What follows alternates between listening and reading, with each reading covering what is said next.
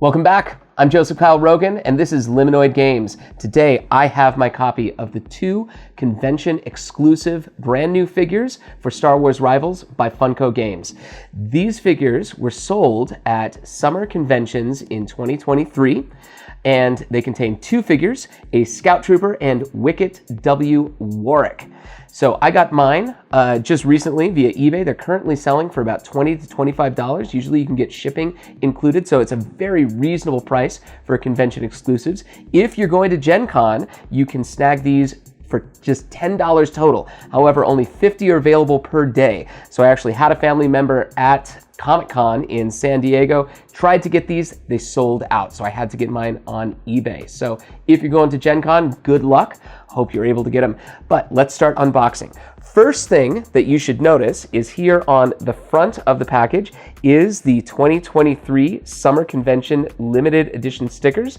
These are similar to the pre-release stickers that were available at the UK conventions when these were first being released before they were available in Walmarts. Now, the second thing you should notice is that on the back, they have changed the backs of the boxes so that they have the actual 2 exclusive figures, Wicket and the Scout Trooper right there. You can also see the location cards that are included in these boosters. Now, something that we were speculating on before we knew what was going on is that there might be new locations in these, but unfortunately, no, there are not new location cards in these. These figures right here are exclusive poses.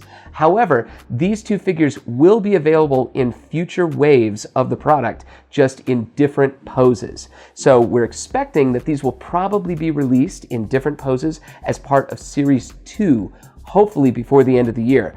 So we were hoping maybe there would be some locations from Series 2, but no, it's just these 4.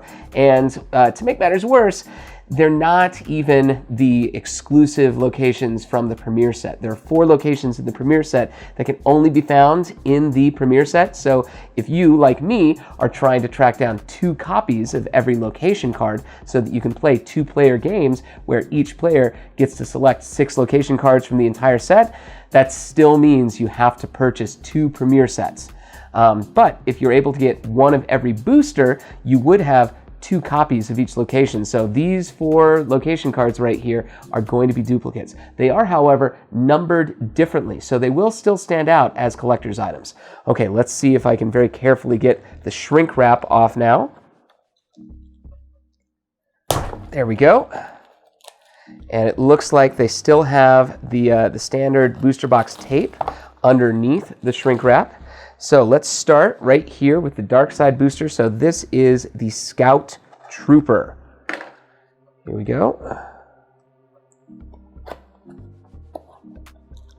All right, there's the Scout Trooper card.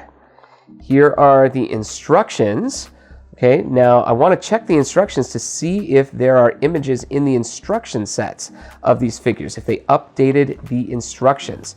So right here, I'm looking at the checklist, and I am not seeing the figures listed on the checklist. So that is interesting. I'll have to go through this a little bit more carefully, but it does not look like these instructions are an updated version of the instructions. I'm trying to find the WO code. I don't see one right there. It's still printed as E1, just like all other products. So it does not look like they contain updated instructions. Oh, wait. Oh, look. There's Wicket right there, and there is the Scout Trooper. So these are updated instructions. They just have not updated the checklist right here. How interesting. Okay. So now let's take a look at what everybody wants to see, the figure right here. So let's pull this guy open. Just like every booster, this does contain a D6 made specifically for Star Wars Rivals. Okay, so there's that. And here is the Scout Trooper. Let's see if I can get him in focus.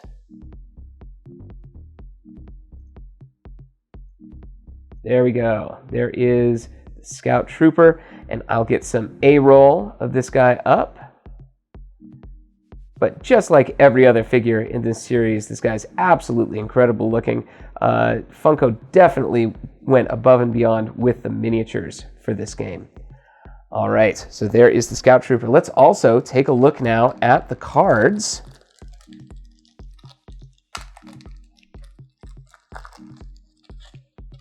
There you go. Okay, so here is the character card for the Scout Trooper.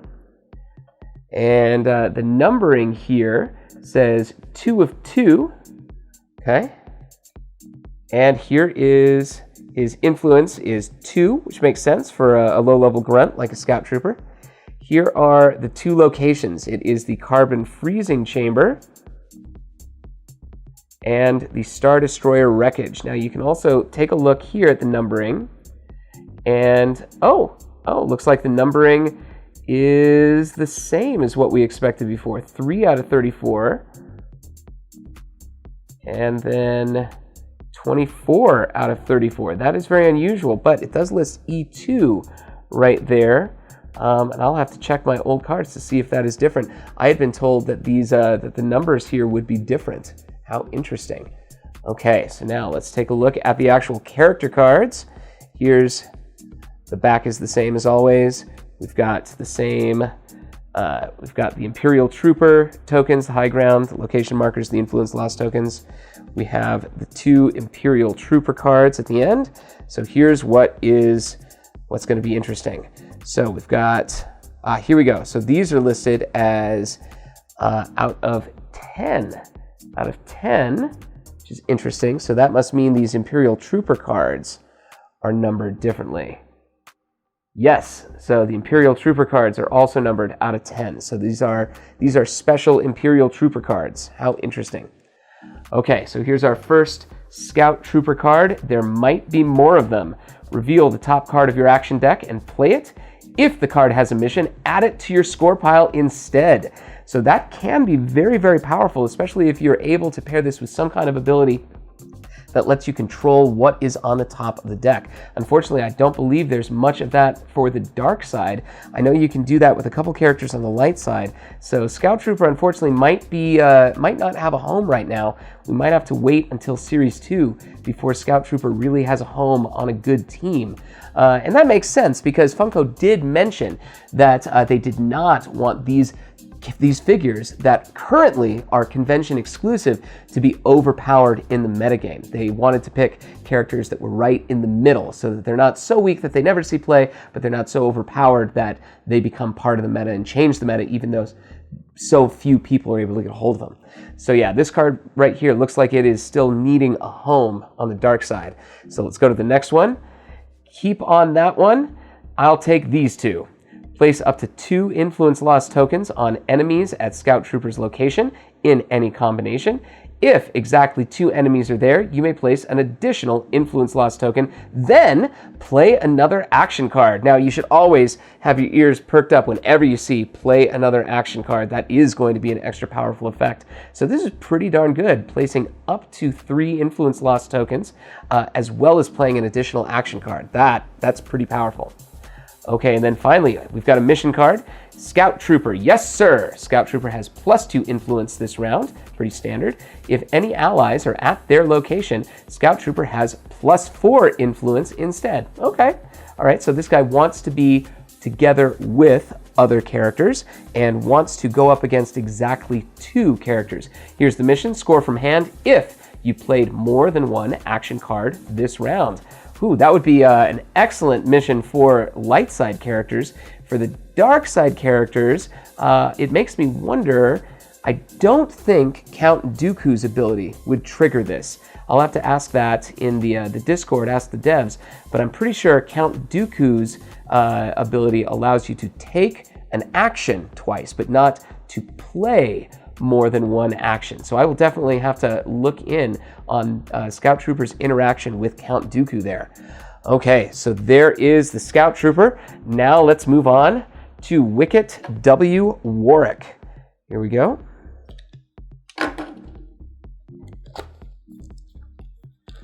All right, there is our card, Wicket W. Warwick. Instructions, I'm assuming the instructions are going to be exactly the same. And here is our figure. Oh, there goes the die.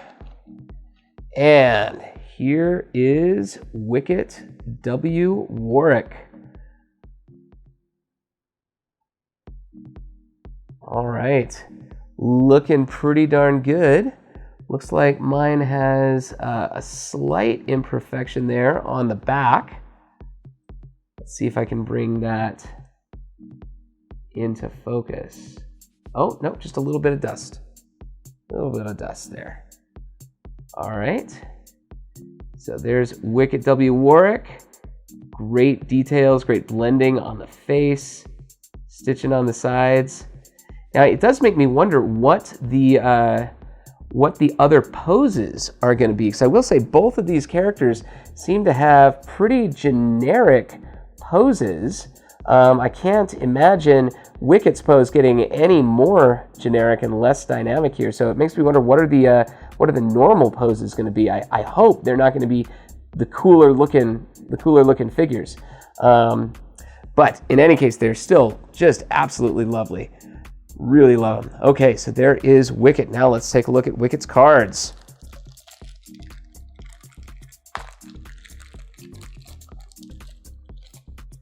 All right, Wicket W. Warwick. Let's see if I can get this in better focus. There we go. Okay, 1 out of 2 numbered.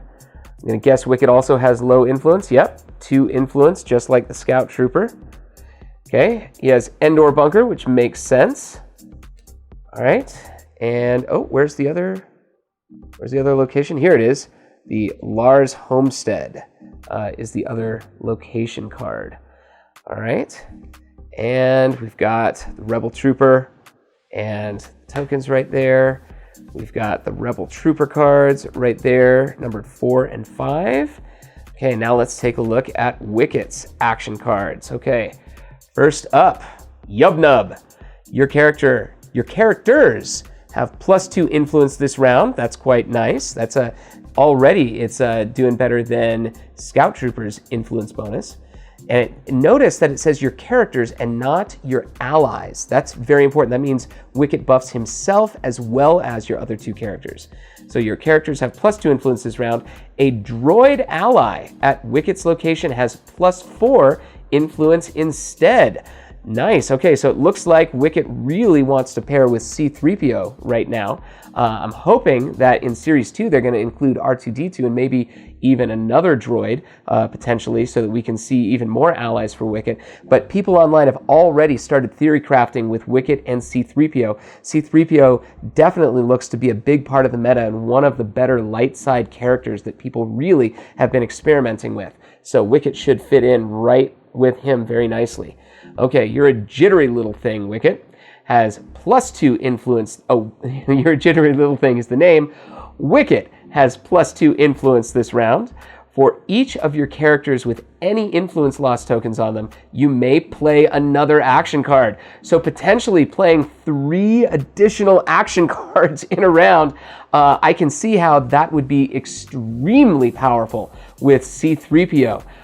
So yes, I think Funko may have made a mistake here in trying to create characters that were not very powerful. It looks like Wicket might absolutely be an absolute brick house with C-3PO. All right, let's see what his third card is, and it is a 6-point mission. Oh my gosh, a 6-point mission for Wicket W. Warwick. Let's see what it is. Short help is better than no help at all. Double Wicket's influence. Okay, that's not too bad because Wicket is just 2.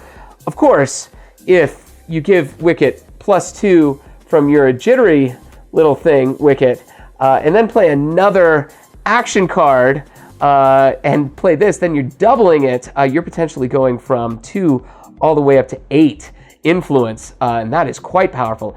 If an ally's influence is 3 or lower, double it this. If any allies. Oh my gosh, and of course, C-3PO's influence is lower than 3. So again, oh my gosh, Wicket absolutely wants to be on a team with C-3PO. Oh goodness, okay. Score from hand if your opponent scores a location where 2 or more of your characters are. Okay, so that makes me feel a little bit better about the mission. The mission is more of a consolation prize where you have invested a great deal of resources into a location and it fails. So this is a comeback from behind mechanic, which actually is really great for this game. I cannot tell you the amount of times that I have sunk so many resources into a location, all or nothing, making a big play, and then it turned out that it didn't work out for me. And so this is a really nice card to have there as a backup plan, and will hopefully encourage players to really take big moves and make big, strong choices in this game. So could be really, really good for the metagame. But right now, oh my gosh, Wicket looks like an absolute monster here with C-3PO. So I can't wait to test these guys out, and we'll be coming out with a tier list very shortly, as well as deep dives into these characters, and I am absolutely certain Wicket is gonna provide some real interesting power to this game.